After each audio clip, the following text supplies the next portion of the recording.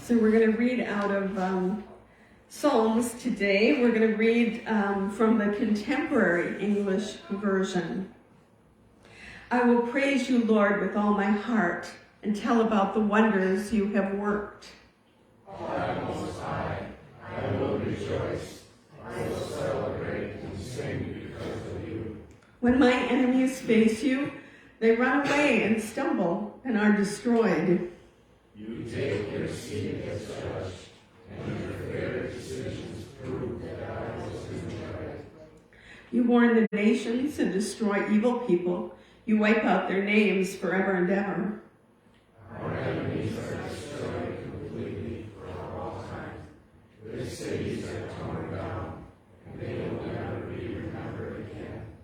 You rule forever, Lord, and you are on your throne, ready for judgment. You judge the world fairly and treat all nations with justice. The poor can run to you because you are a fortress in times of trouble. Everyone who honors your name can trust you, because you are faithful to all who depend on you. You rule from Zion, Lord, and we sing about you to let the nations know everything you have done. You do not forget to punish the guilty or listen to the cries of those in need. Please have mercy, Lord. My enemies mistreat me. Keep me from the gates that lead to death. And I will sing about you at the gate to Zion. I will be happy there because you rescued me. Our Lord, the nations fell into their own pits, and their feet were caught in their own traps. You showed what you were like, and you made certain that justice is done, but evil people are trapped by their own evil deeds. The wicked will go down to the world of the dead, to be with those nations that forgot about you. The poor and homeless will always be forgotten and without hope. So let's just stay there for a minute in that part that you just read. The wicked will go down to the world of the dead to be with those nations that forgot about you. So that's just another name, a euphemism for hell.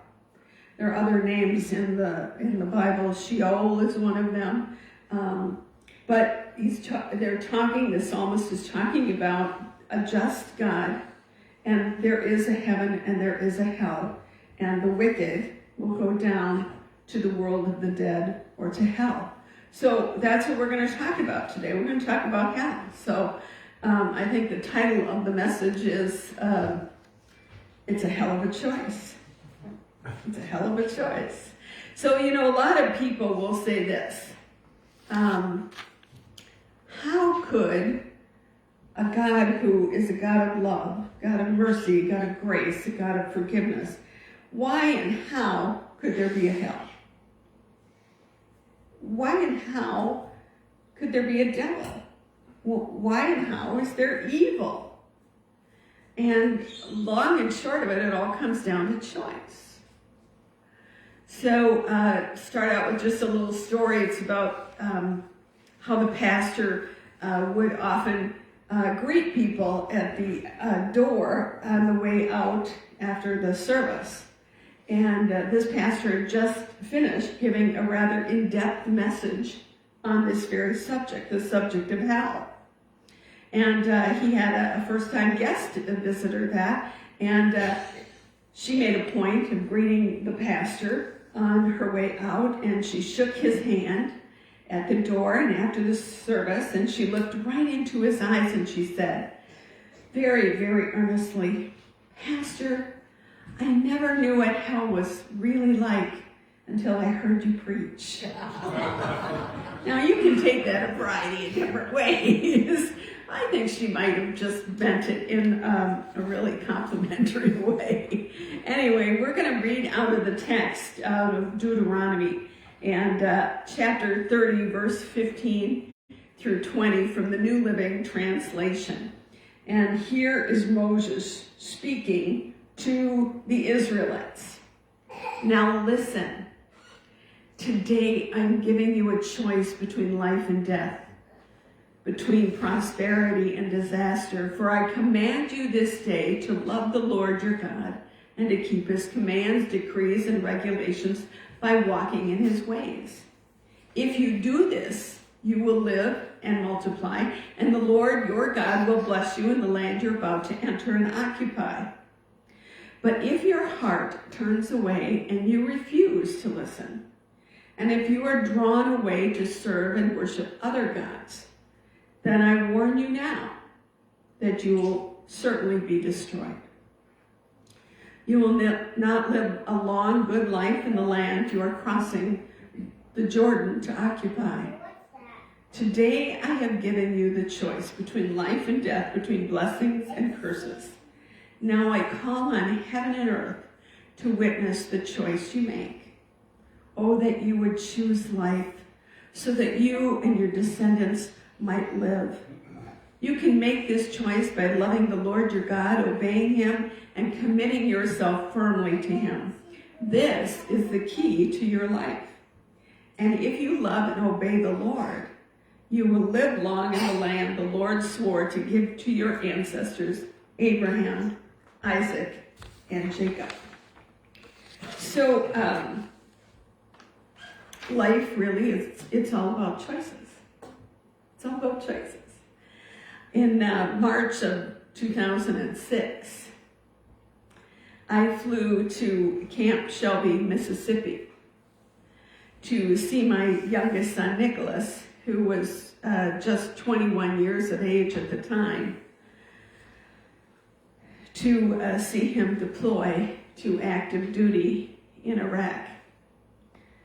Now, my son, at the age of 17, had enlisted, and so he went to basic training between his junior and his senior years in the summer. And then he went to advanced training after he graduated. And then he went on to become actually the youngest staff sergeant at the age of 21 in the Army National Guard in Minnesota. But as he was being deployed, the policy was that families were not allowed to see the soldiers on their final day of departure. We were not allowed to see them board the military aircraft that would take them halfway around the world. So when the time came to say our final goodbye, Nick dropped me off at my hotel, and we hugged, and I kissed him, and I held on as tight as I could until he finally pulled away. And then through eyes filled with hot burning tears, I watched him walk away, knowing there was nothing more I could do than to simply let him go. Though I had given birth to this young man, I had raised him and I loved him, he had chosen post 9/11 to serve his country. And I had to let him go to face dangers that I, as his mama, could no longer protect him against. I had to release him to a place where he would see tragedies and horrors of war that I could only imagine in my worst nightmare. It was one of the loneliest and lowest points in my entire life. Not knowing if he would come back, but knowing for a fact that if he did come back, he would come back forever changed. Because he had made a choice. He had made a choice to serve his country. In retrospect, I think that must be like a snapshot of what it must be like for our Heavenly Father, who has created us, who has known us, as the word says, before we were formed in our mother's womb, to just let go, to provide his word to us in the scriptures, to make himself available to us through the word and through sacrament, to reveal himself to us through the miracle of life and the wonders and beauty of creation, but then to let us make the choice of our eternal destiny, of our eternal destination, to make the choice of heaven or hell. And to know that we will be forever changed here in this life and in eternity based upon the choices that we make. In the text that I read, Moses is trying to convey to these stubborn, stiff-necked people of Israel the gravity and the importance of choice. And so he tells his people, the people of Israel, the chosen people, that God has asked him to lead and guide. He says, listen, you're all grown up now. You're adult people. You're capable of making a choice. I, Moses, your leader, can't make the choice for you. And then he goes on to tell them that their choice is to follow God, love God, obey God, commit themselves firmly to him and be blessed. As he says, this is the key to life. Or they can choose to reject him. But as he points out, he says, if they refuse to commit to God, if they refuse and choose not to obey him, if they choose to turn away from him, they will not live a long, good life, but instead, they will be destroyed. Life is all about choices. But you know, despite the gift of free will, which all of us as God's created beings enjoy, one of the most commonly voiced objections to Christianity, as I mentioned at the outset, is that by people who simply can't believe that a loving God would send people to hell. What kind of a God would do that? That's the specific thing we're going to talk about this morning. But that question, why would God send people to hell, assumes what we call in the law a fact, not an evidence. It assumes a fact that is simply not true, and that is that God sends people to hell. That's not true. God has never sent one person to hell, and he never will. As pastor and author Max Lucado points out, God doesn't send people to hell, they volunteer. So if you have your handout, I encourage you to take that out and follow along if you would. And that's the first point. Where we spend eternity remains our choice. Where we spend eternity remains our choice. C.S. Lewis said this, there are only two kinds of people in the end. Those who say to God, thy will be done, and those to whom God says in the end, thy will be done. All that are in hell choose it. Now, before we go any further down this path, trying to understand this fundamental question of reconciling the idea of a loving God and the whole notion of hell, we need to remember this important point. That's the second point in your bulletin. And it says, remember, God desires for everyone to be saved. God desires for everyone to be saved. To be saved from hell. Peter writes this, God isn't late with his promise as some measure lateness. He is restraining himself on account of you, holding back the end because he doesn't want anyone lost. And then I love this line. He's giving everyone space and time to change. He is giving everyone space and time to change. If you, like me, have some prodigals in your life, he's giving them space and he's giving them time to change. Don't give up. Do not fear. Only continue to believe and pray. Now, the sad truth is that some people waste the time that they've been given, and they will make the wrong choice, just as the Israelites did when they failed to honor and obey and esteem God. So instead of 11-day journey, Their journey took them 40 long, lonely years. It was only an 11-day journey to the promised land. And yet, because of their wrong choices, it took them 40 years of suffering and struggling and wandering in the wilderness.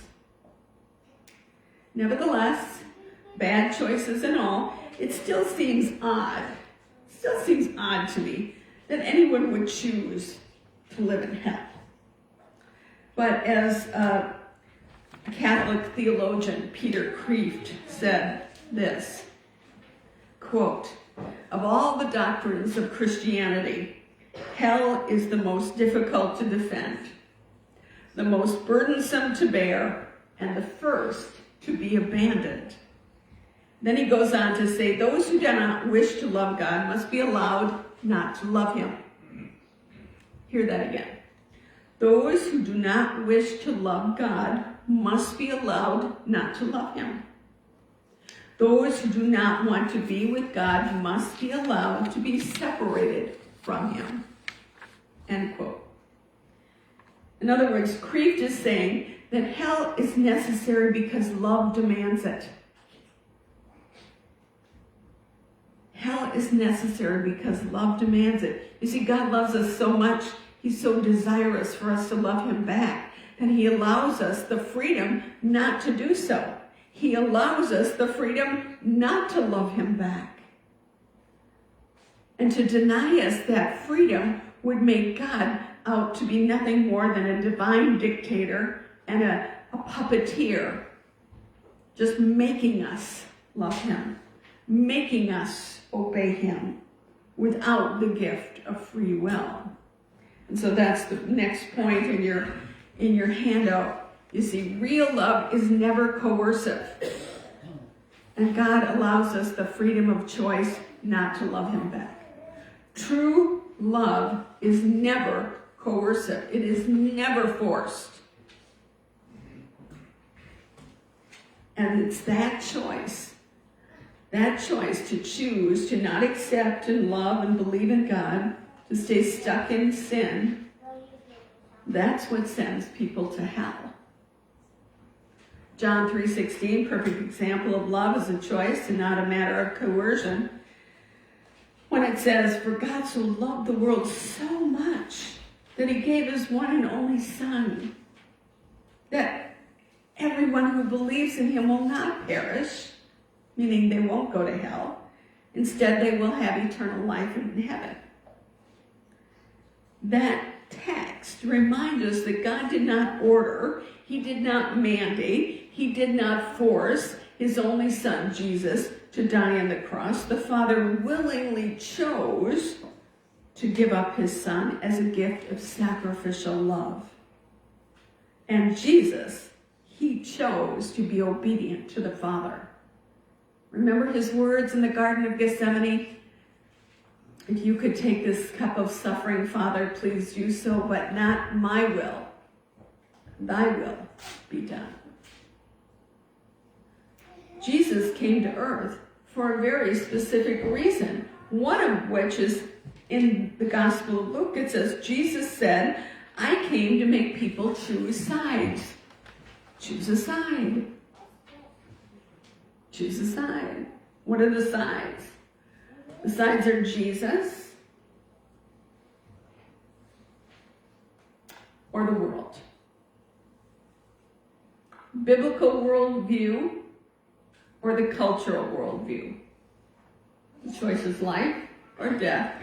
The choice is heaven or hell. Make no mistake about it, where we spend eternity after life here is over, and that's the beginning of our new life, is a matter of choice. And there are only two. There are only two choices. Just like after the end of the day, today there are only going to be two teams that are going to go to the Super Bowl.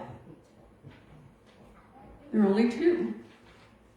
There's a story about some evangelicals who are handing out tracts, those little booklets on various faith matters, things like salvation and trusting faith and knowing Jesus. And one of the little pamphlets was a tract that read on the front in big bold letters, what you have to do to go to hell. What you have to do to go to hell. Do you know what was inside the tract? Nothing. It was totally blank. You don't have to do anything to go to hell other than live a life apart from Jesus, fail to believe his word to be true, live a life according to the world's standards. That's all you have to do. But aside from sheer laziness, why would anyone choose hell over heaven? I mean, even agnostics who are skeptical of the existence of God, if pressed, would likely have to admit that what they do know or hear, if not actually believe about hell, is that it's not a great place. So why do you think people would choose it? Well, the truth is, I think, that the church, in large part, has minimized it, sanitized it, trivialized hell to a great degree. To the point where there's this illusion of hell. Take a look at this quote by the shock rocker Marilyn Manson. Marilyn Manson billed himself as the Antichrist superstar. And he wrote an autobiography, The Long, Hard Road Out of Hell. But in it, he says this, hell would probably be a more comfortable place for me because everyone I know would be there.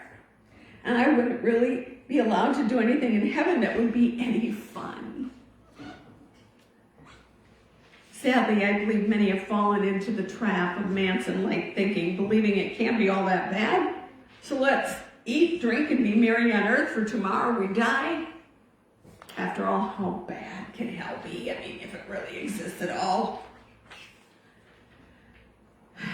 Well, as we've said time and time again, we can always trust the Word of God to be truthful, to be accurate, and dependable.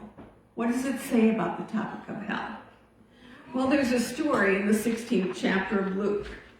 And Jesus tells his disciples about a beggar named Lazarus, who was always begging for scraps at the gate of a wealthy man. But the wealthy man completely ignored the hungry beggar. And when they both died, Jesus says that Lazarus, the beggar, went to heaven. But the rich man went to hell. And then it goes on to say that the rich man was in torment. In fact, it says he was in a place of unquenchable fire from which there is no relief. So, one thing we know, it's a specific place. It's an actual location. And it's a place of anguish and agony and torment.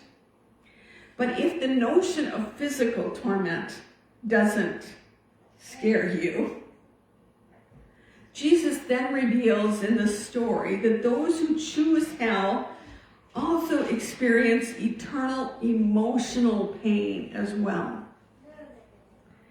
We know that because Jesus says the rich man could see Abraham in heaven, and he begged Abraham to just dip his finger into some cool water so that the rich man in hell might have a drink to quench his unending thirst.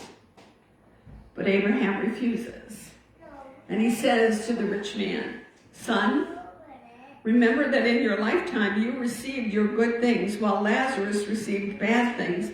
But now he is comforted here and you are in agony."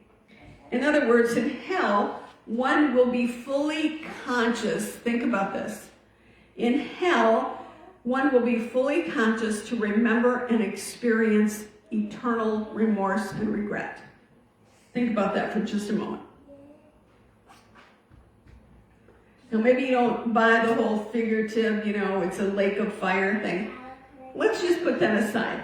Let's say it's just a place of eternal regret. and remorse over things over which you wish you could do a do-over. Think about the regrets or the feelings of remorse that have eaten at you over time. And then think about the poor lost souls who experience that kind of sorrow all of the time, every moment, for the rest of eternity. Because they're not only in physical torment, they're in emotional torment because they're fully conscious of their surroundings and the memories of their past mistakes and their poor choices. Then Jesus finishes out the story by saying there's a great chasm. There's a fixed divide between heaven and hell. And that divide can never be crossed. You're either up or down, heaven, hell, for all eternity. But what are we divided from in hell? Where here's the reality of hell. Unlike Marilyn Manson's notions of hanging out with his friends and having fun, here's what Paul writes in 2 Thessalonians. Those who refuse to know God and to refuse to obey the message will pay for what they've done. Eternal exile from the presence of the Master, meaning God, and his splendid power is their sentence. And in Jude, verse 13, hell is described as the blackest darkness. So essentially, hell is a place where one is forever separated from God, ever separated from his majesty, forever separated from the display of his beauty and his power. So in hell, one would never see a sunset or a sunrise. You'd never see a flower, never hear music, never experience laughter or love. No rain, no rainbows, no color, no companionship, no community. Contrary to Marilyn Manson's idea of hanging out with everyone he knows in hell, hell is isolationist in nature, separated from others and separated from God. In his book, The Great Divorce, C.S. Lewis writes this. He says, hell is made up of people who live at an infinite distance from each other. In other words, there's no community of sinners in hell. Not like somebody's going to go up to you and you go, yeah, I wish I'd have made the other choice. No, you're just in darkness and in exile, and there's no community. It's only torment and darkness, shut out from the presence of everything that's good and true and holy. And all one is left with is eternal regret and remorse. That is the reality of hell. And if you had your worst enemy, you would never wish hell upon them because it's simply too awful to even think about. But make no mistake, it's a choice. So let me just quickly cover one final question. It is the question of every first year seminary student, and I remember posing it to one of my professors, Professor Steve Paulson, one of the great teachers at Luther Seminary when I was there. What about the poor pagan on the faraway island who's never heard the good news about Jesus, who never had a Bible? What about them? Is God going to send them to hell? Would a loving God send that poor pagan who didn't know any better to hell? Well, there's a text, and I don't think it's on your outline.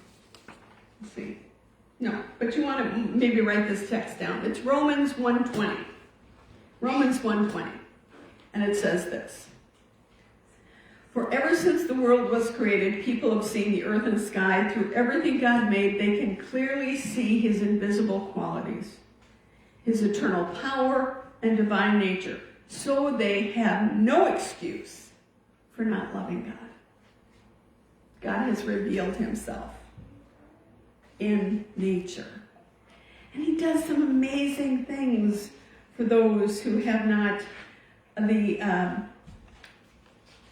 availability of a Bible.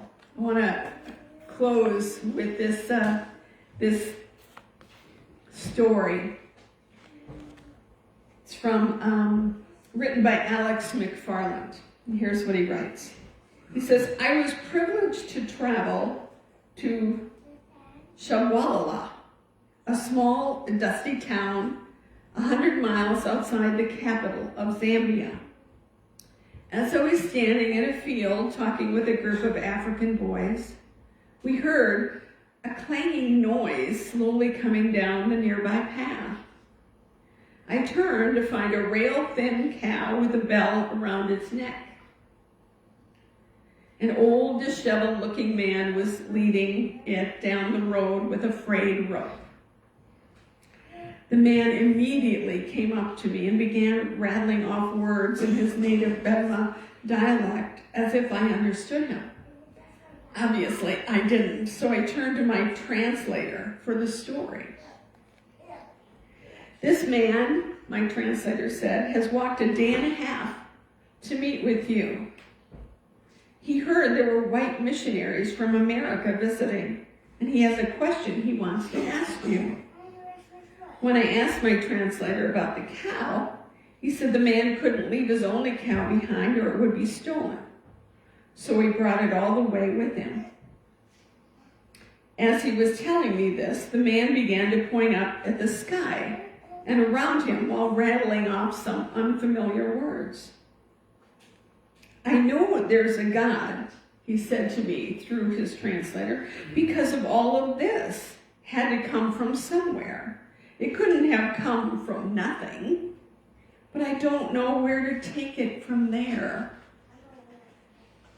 I nearly burst into tears. Here was a man nearing the end of his life, certainly weathered by trials and storms. He obviously had little to eat. Maybe wasn't even sure where his next meal was going to come from. And yet, the burning inside him had caused him to leave everything at the chance that maybe a strange foreigner might have an answer to his soul-searching question. This was probably the most intelligent man I've ever met. More so than any of the university professors I was used to meeting on American campuses, because he knew enough about what he didn't know to seek out an answer. He recognized the stark contrast between the fullness of his surroundings and the emptiness inside him. It was a matter of words before he accepted Jesus into his heart. And then he said, I have sought this for my whole life. He said with tears in his eyes, his life changed forever and the weight of the world lifted off of his shoulders. He then asked if I would come over to his village. There are 13 more who need to know this, he pleaded. And so we went and we saw 13 more souls added into the kingdom of God. Yeah. Jesus said,